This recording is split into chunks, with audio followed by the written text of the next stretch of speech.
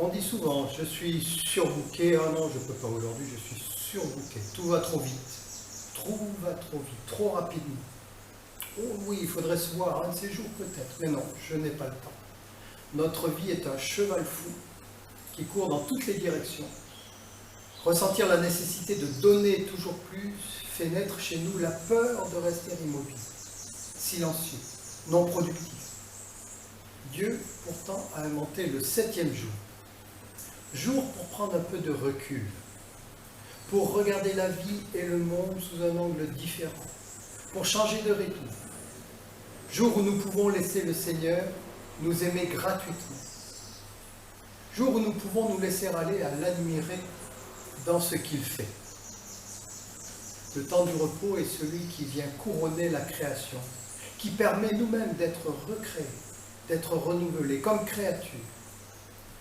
Le 7e jour, temps de la recréation. C'est une chance à saisir pour comprendre ce qui nous arrive à travers les jours qui passent.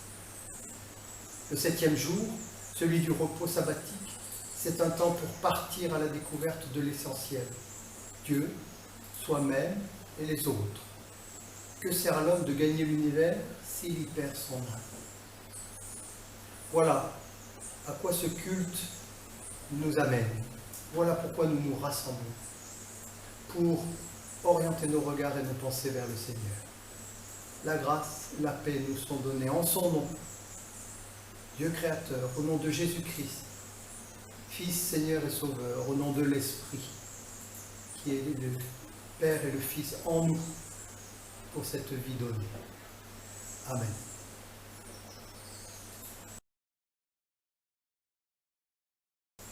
Louer Dieu, ça serait peut-être de voir s'approcher de nous la boule de vent. Tu veux la voir, mais tu ne peux pas voir le vent. Tu ne vois que sa trace, lorsqu'une feuille tremble sur une branche d'arbre, ou qu'un drapeau flotte en haut d'un mât. Tu ne sens que son passage lorsqu'il décoiffe tes cheveux, ou envoie des grains de sable qui te piquent les yeux. Tu veux tenir la boule de vent, mais tu ne peux pas tenir le vent. Referme ta main, rouvre-la, tu n'y trouveras rien. Écarte les doigts. Le vent caresse chacun d'eux et poursuit sa route. Alors, que peut-on voir? Des gens à qui la boule de vent souffle des mots d'amour, de pardon, de joie. Ouvre les yeux et tes oreilles. Entends les mots que souffle le Saint-Esprit. Alors nous te rendons grâce, Seigneur, pour la boule de vent qui est venue nous ébouriffer. Amen.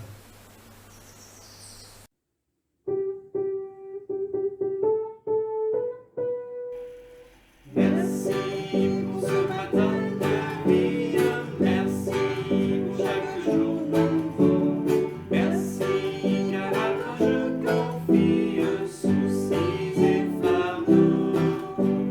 Merci pour le prochain que j'aime, merci pour le rencontrer.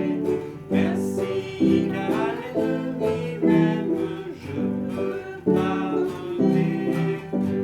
Merci pour le travail, la peine, merci pour les simples bonheurs, merci pour la chanson sereine reprise avec cœur.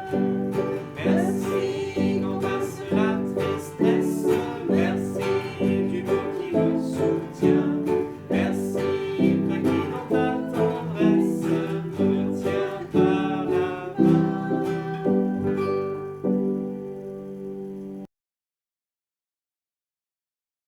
Délivre-moi, Seigneur, de la paresse qui s'agite, déguisée en activité, de la lâcheté qui accomplit des choses qu'on ne demande point, afin d'éluder un sacrifice. Mais donne-moi l'humilité en qui seul est le repos, et délivre-moi de l'orgueil qui est le plus lourd fardeau. Pénètre mon cœur, toute mon âme, de la simplicité de l'amour. Amen. J'aime l'Éternel, il entend le cri de ma prière. Il incline son oreille vers moi, toute ma vie je l'invoquerai. J'étais pris dans les filets de la mort, retenu dans les liens de l'abîme. J'éprouvais la tristesse et l'angoisse. Mais j'ai invoqué le nom de l'Éternel. Ô Éternel, je t'en prie, délivre-moi. L'Éternel est plein d'une juste compassion. Mon Dieu est plein de tendresse. L'Éternel défend les petits. J'étais faible et il m'a sauvé. Retrouve ton repos, mon âme, car l'Éternel te fait du bien. Désormais, je marche en présence de l'Éternel sur la terre des vivants.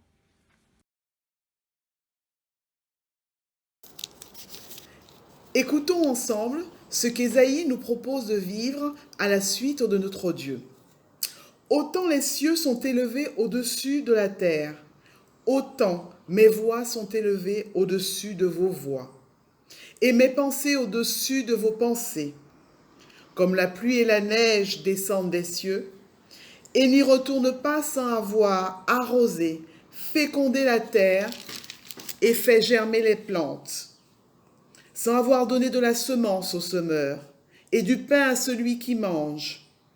Ainsi en est-il de ma parole, qui sort de ma bouche et ne retourne point à moi sans effet, sans avoir exécuté ma volonté et accompli mes desseins. Oui, vous sortirez avec joie et vous serez conduits en paix.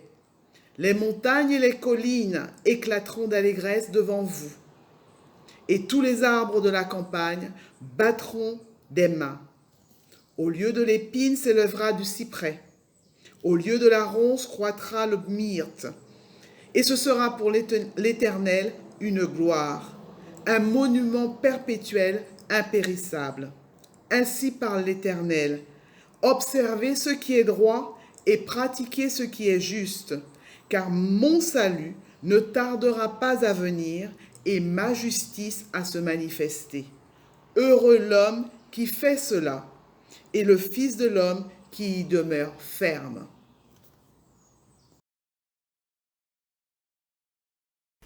Nous pouvons nous approprier cette confession de foi du pasteur Marc Pernaut. Je crois que Dieu est créateur.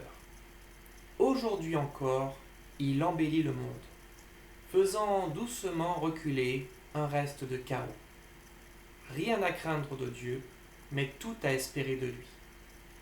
Voici quel est son jugement, la bienveillance.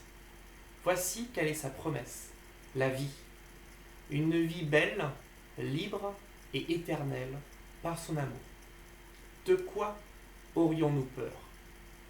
Gratuitement, il crée l'être humain, l'homme et la femme.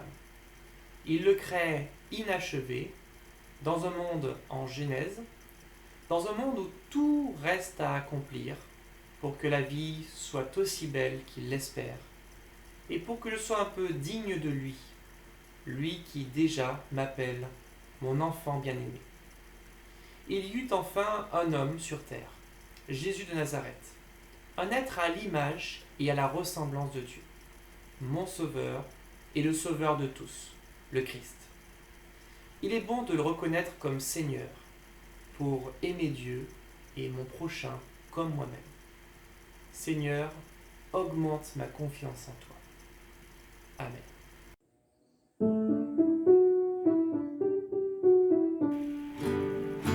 Que le jour qui se lève soit plus beau, pour que le ciel de nos rêves soit plus chaud, et pour que la joie qui chante soit toujours dans notre vie. Ô Seigneur, donne-nous ton esprit d'amour.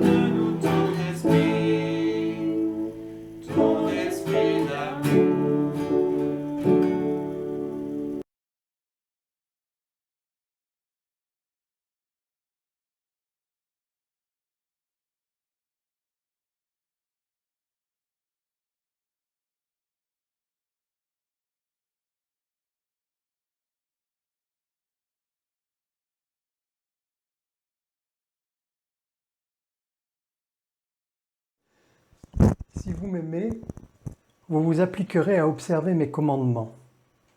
Moi, je prierai le Père. Il vous donnera un autre paraclet qui restera avec vous pour toujours.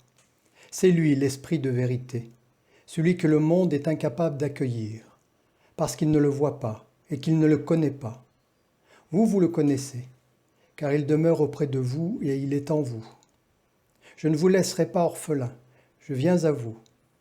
Encore un peu et le monde ne me verra plus. Vous, vous me verrez vivant, et vous vivrez vous aussi. En ce jour-là, vous connaîtrez que je suis en mon Père et que vous êtes en moi, et moi en vous. Celui qui a mes commandements et qui les observe, celui-là m'aime. Or, celui qui m'aime sera aimé de mon Père, et à mon tour, moi je l'aimerai, et je me manifesterai à lui. Seigneur, ta parole est la vérité. Sanctifie-nous par ta vérité. Amen.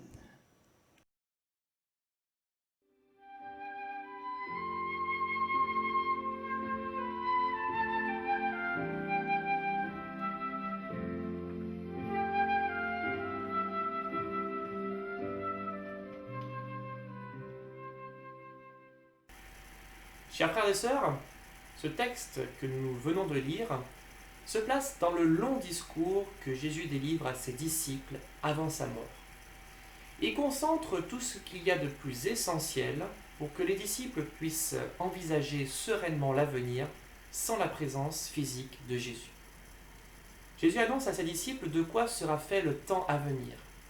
Il leur annonce cette promesse qui constitue la véritable nouveauté de la nouvelle alliance, la promesse que le Saint-Esprit va leur être donnée. Cette promesse nous interpelle en tant que chrétiens. Est-ce que nous avons l'Esprit Saint? Qu'est-ce que l'Esprit Saint? À quoi cela me sert-il? Le texte que nous avons lu peut nous aider à répondre à ces questions. Si vous m'aimez, vous garderez mes commandements. Moi, je prierai le Père, et il vous donnera un autre défenseur pour qu'il soit avec vous pour l'éternité, l'Esprit de vérité que le monde ne peut pas recevoir parce qu'il ne le voit pas et qu'il ne le connaît pas. Vous, vous le connaissez parce qu'il demeure auprès de vous et qui sera en vous. Grâce au Saint-Esprit qui est donné, la mort de Jésus qui se précise ne signifiera pas la fin de l'aventure pour ses disciples. Le Saint-Esprit leur garantira que ce qu'ils ont vécu jusque-là avec leur Maître continuera, sous une autre forme. Le Saint-Esprit va transformer l'échec que représente la mort de Jésus sur la croix en un véritable accomplissement. Car pour les disciples, la mort prochaine de Jésus ne sera pas une perte, mais bien un gain. Le Saint-Esprit va leur rendre Jésus présent par-delà le temps et l'espace. Il va leur permettre d'être dans la présence divine, non plus de manière ponctuelle, par une proximité physique avec lui, mais de manière permanente, même après qu'il aura quitté cette terre. Vous le connaissez, car il demeure en vous, et il sera en vous, dit Jésus. Oui, l'Esprit Saint est celui qui nous dit la présence du Christ à nos côtés. Ici, dans ce passage, le Saint-Esprit est qualifié par le terme grec « paraklétos ». Ce mot peut à la fois être traduit par le consolateur, peut-être plus facilement compréhensible pour nous, qui avons si souvent besoin d'être consolés, mais plus étonnant, il peut aussi être traduit par défenseur ou avocat. L'avocat, c'est celui qui cherche à adopter des convergences de points de vue avec son client pour mieux le défendre. De même, l'Esprit, c'est ce défenseur parfait qui nous connaît mieux que nous nous connaissons nous-mêmes. L'Esprit Saint, c'est celui qui fait taire toutes les voix accusatrices pour nous défendre et nous relever. Quand notre mauvaise conscience continue à nous oppresser, malgré le pardon divin, il est bon d'entendre notre avocat intérieur et de nous reposer sur lui. Quand nous plaçons des objectifs trop élevés, quand nous désespérons de ne pas arriver à les atteindre, il est bon de ne pas nous laisser miner par nos échecs et de nous mettre à l'écoute de celui qui prend notre défense. Oui, l'Esprit Saint est celui qui libère notre conscience, qui l'apaise, qui l'allège. Il est aussi nommé dans ce passage esprit de vérité, c'est-à-dire celui qui nous rappelle que notre vérité ultime n'est pas dans nos réussites ou nos échecs, dans ce que nous atteignons, mais simplement dans le fait que nous sommes enfants de Dieu, aimés de manière inconditionnelle. Dans notre société de la performance, où nous faisons si facilement nôtres ces injonctions à la perfection, il est bienfaisant de réentendre notre avocat intérieur nous soutenir. On peut se souvenir dans la Bible de l'expérience de Job. Dans l'épreuve, dans les difficultés de l'existence, quand la vie est trop lourde à porter, nous avons le sentiment que Dieu lui-même se transforme en accusateur, qui nous veut du mal, qui nous pourchasse ou se joue de nous. Dans l'adversité, on peut se faire l'image d'un Dieu adversaire. Relisez les longues plaintes de Job au chapitre 16, où il se construit dans sa nuit une image quasi démoniaque, satanique de Dieu. Dieu me livre à la merci d'un gamin, il me jette aux mains des méchants. J'étais tranquille et il m'a secoué, il m'a saisi par la nuque et m'a brisé. Job, à la fin, s'en sort parce qu'il peut à un certain moment en appeler à Dieu contre Dieu. Percevoir un défenseur céleste qui prendra sa défense contre toutes ces images négatives de Dieu. Écoutons-le. Dès maintenant, j'ai un témoin dans le ciel, j'ai un répondant dans les hauteurs. C'est Dieu que j'implore par mes larmes. Puisse-t-il être l'arbitre entre l'homme et Dieu. C'est le début de la remontée de Job. L'Esprit Saint, l'avocat intérieur promis par le Christ, nous permet de nous défendre contre de telles images d'un Dieu accusateur. L'Esprit est l'assurance que Dieu ne peut nous vouloir que du bien, que rien ne peut nous séparer de son amour, qu'aucune accusation ne peut tenir devant lui. Voilà ce qui peut nous apporter la paix dans toutes les dimensions de notre vie. Cette possibilité de nous mettre à l'écoute de l'Esprit Saint, notre avocat intérieur, qui nous défend face aux accusations du monde, de nous-mêmes et face aux images accusatrices de Dieu. Aujourd'hui, nous pouvons nous réjouir de ce que le Saint-Esprit qui a pris la suite de Jésus nous a été donné. Ce défenseur parfait nous connaît parfaitement et en toute objectivité. Il nous permet de rester continuellement dans la présence de Dieu. Il nous fait accéder à une meilleure compréhension des choses spirituelles.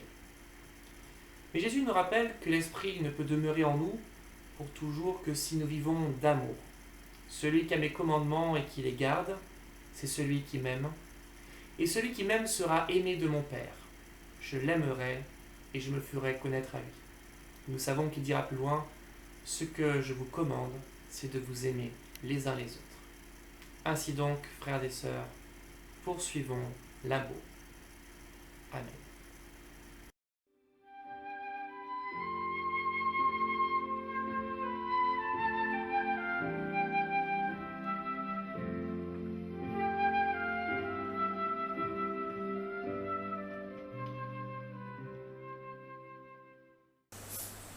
Voilà, chers amis, on a entendu ce passage, ce récit, cette deuxième partie, peut-être la suite de dimanche dernier, quand Jésus disait « Je suis le chemin, la vérité et la vie ».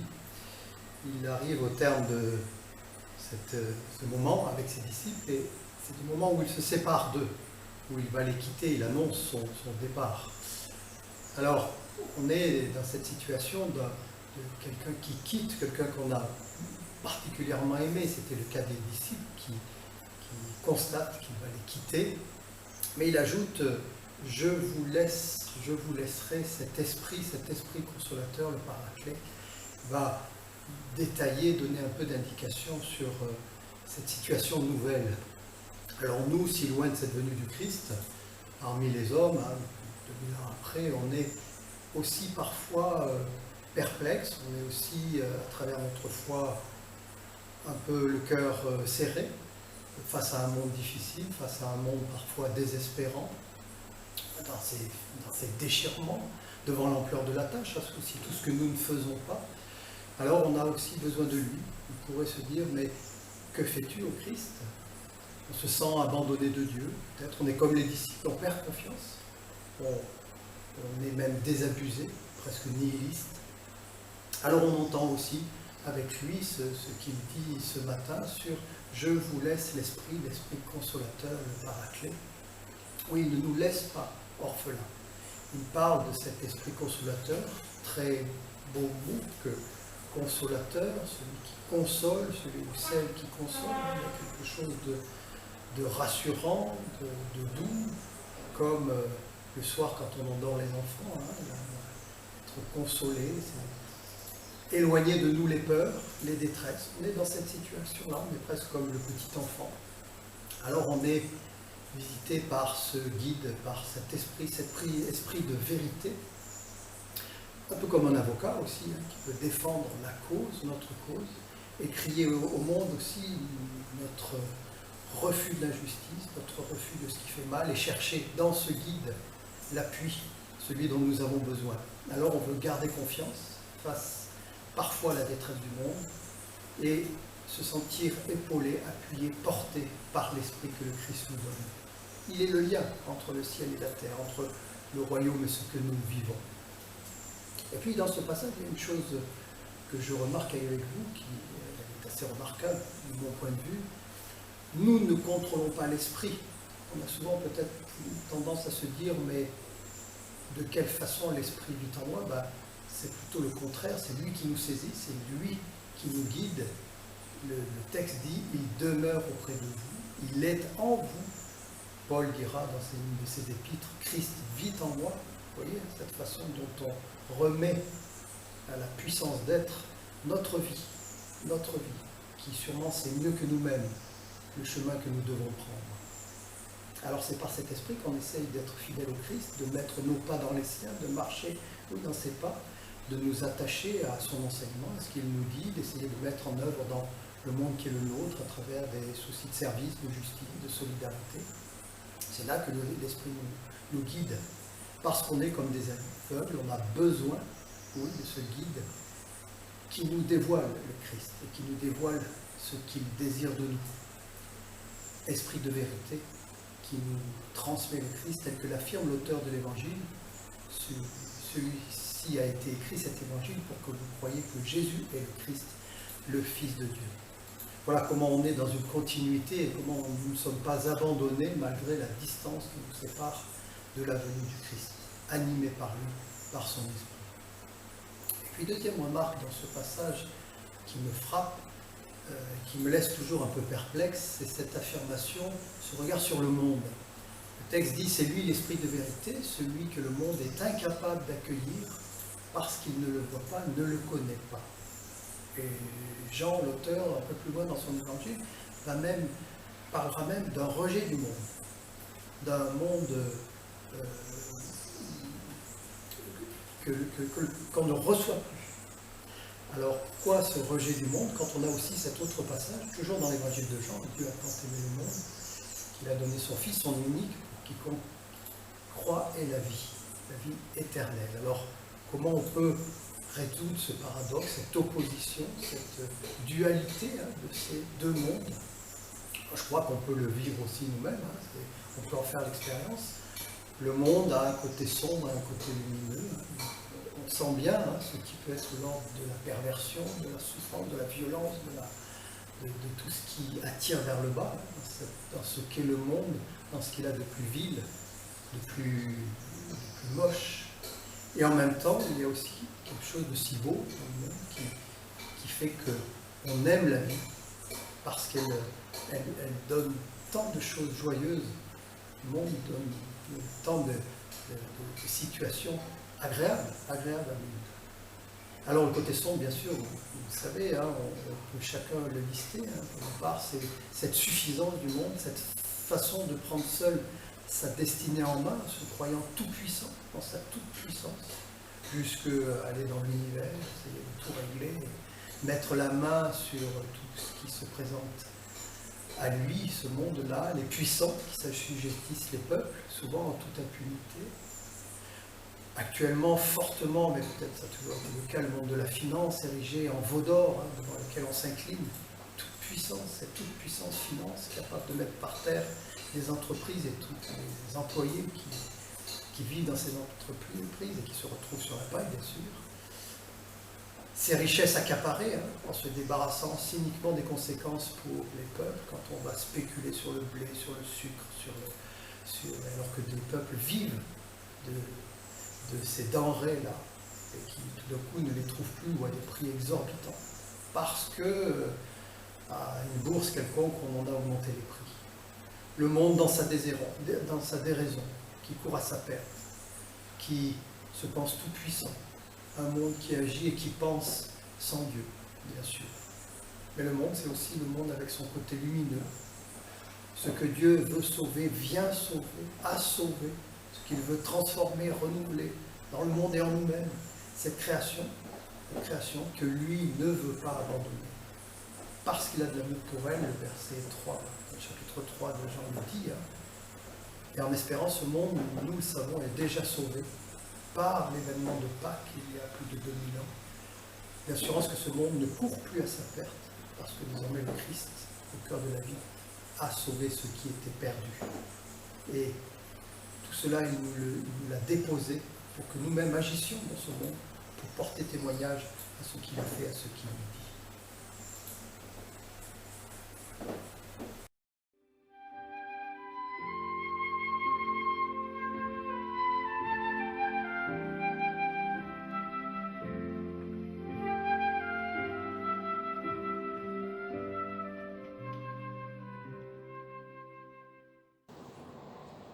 Ce texte qui nous est proposé ce dimanche pour la prédication fait suite au texte qui nous avait été proposé le dimanche dernier.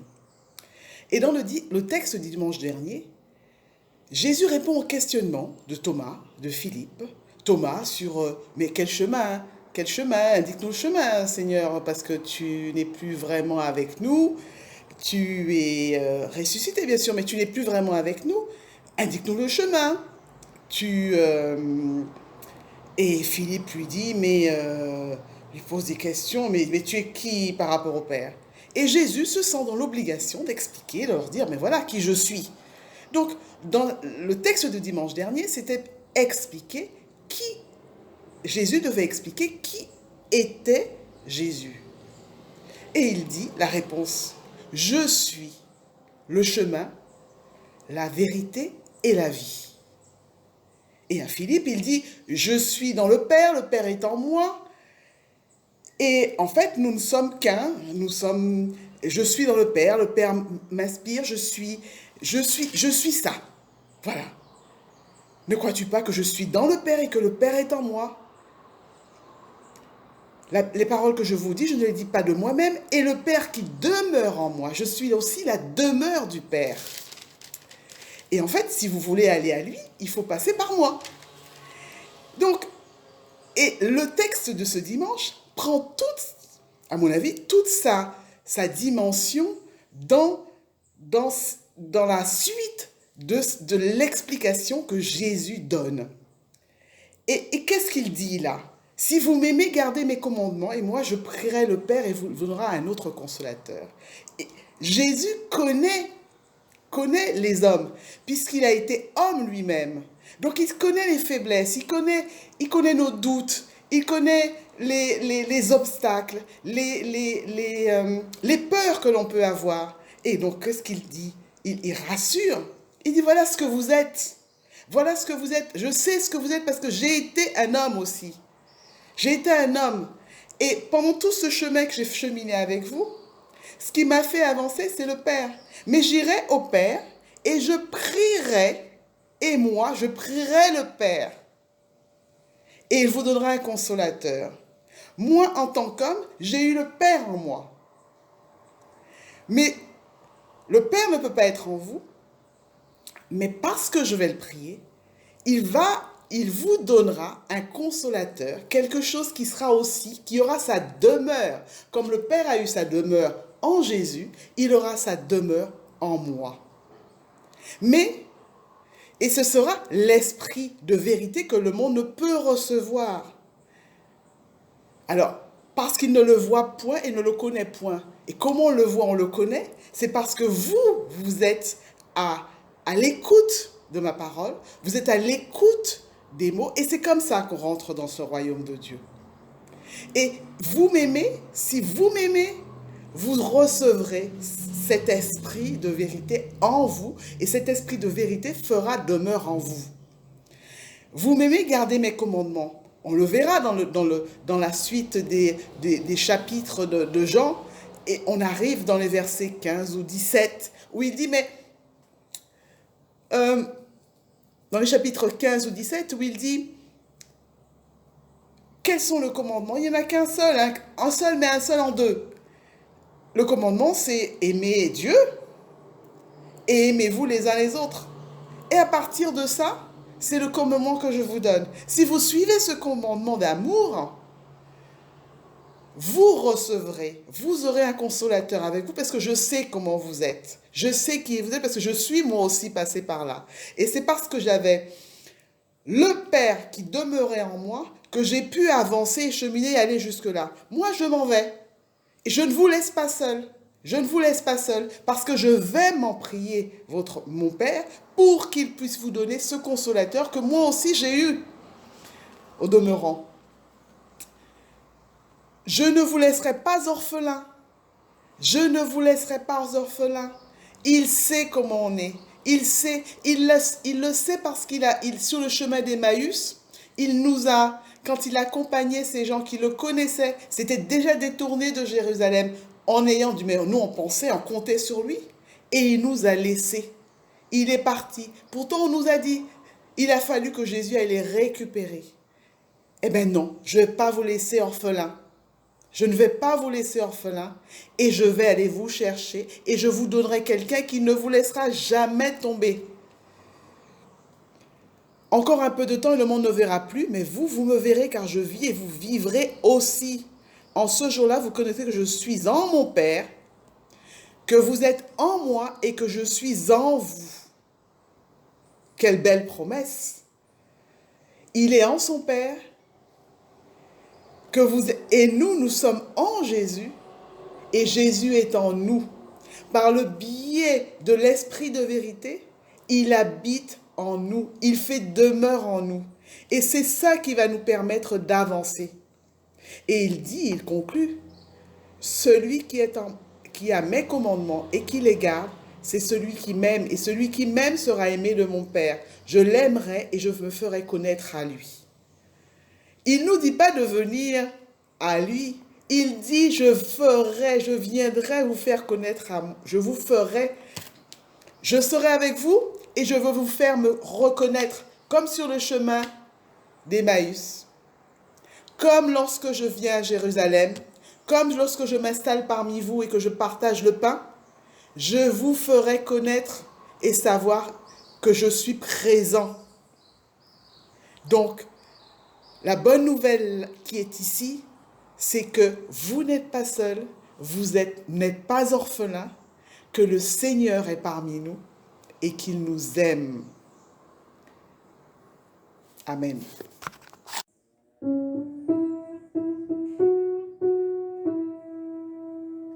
Nous sommes un dans un lien d'amour. Nous sommes un dans un lien d'amour. Notre esprit est uni avec l'esprit de Dieu. Nous sommes un dans un lien d'amour. Maintenant chantons-nous ensemble et que son amour se répand. Tenons-nous par la main et le monde verra. Nous sommes un dans un lien d'amour.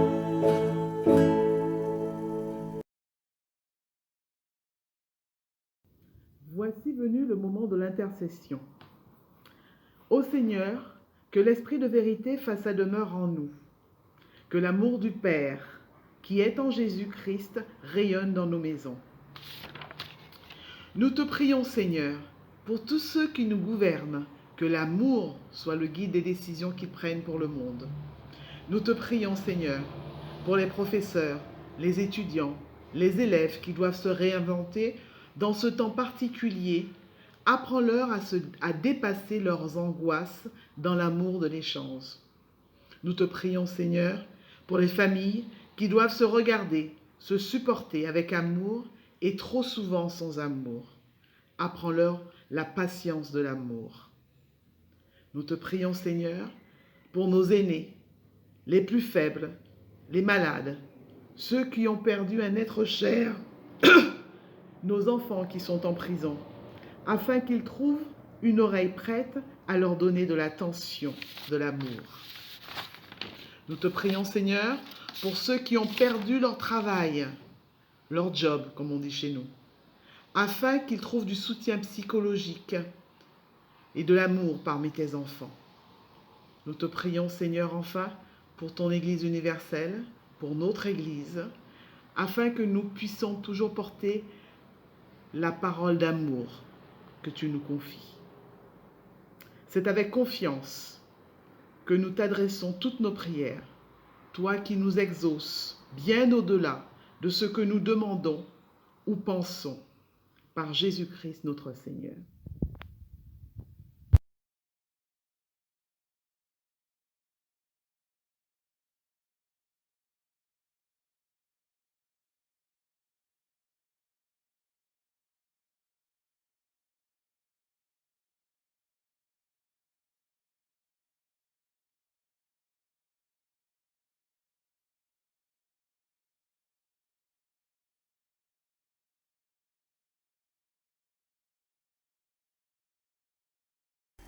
Notre Dieu n'a de cesse de nous ouvrir les portes de la vie.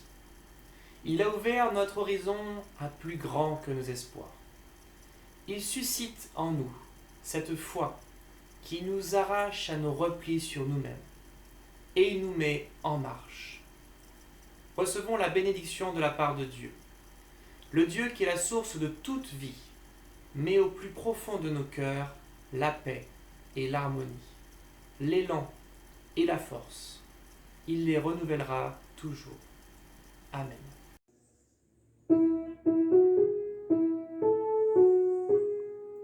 Tu nous appelles à t'aimer en aimant le monde où tu nous envoies.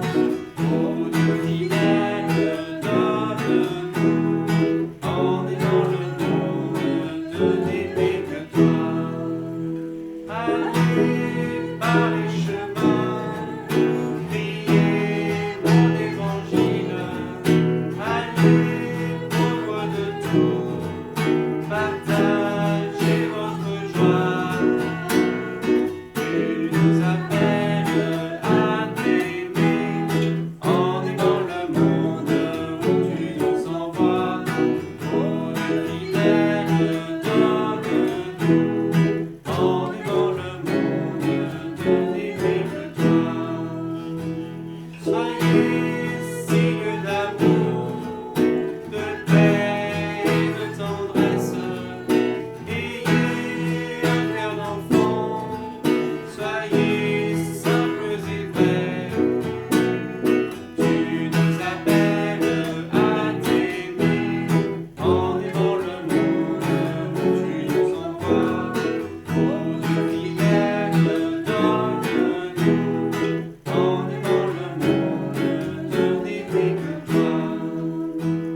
Pour être les témoins, veillez dans la prière. Mon royaume est en vous, il attend votre cœur.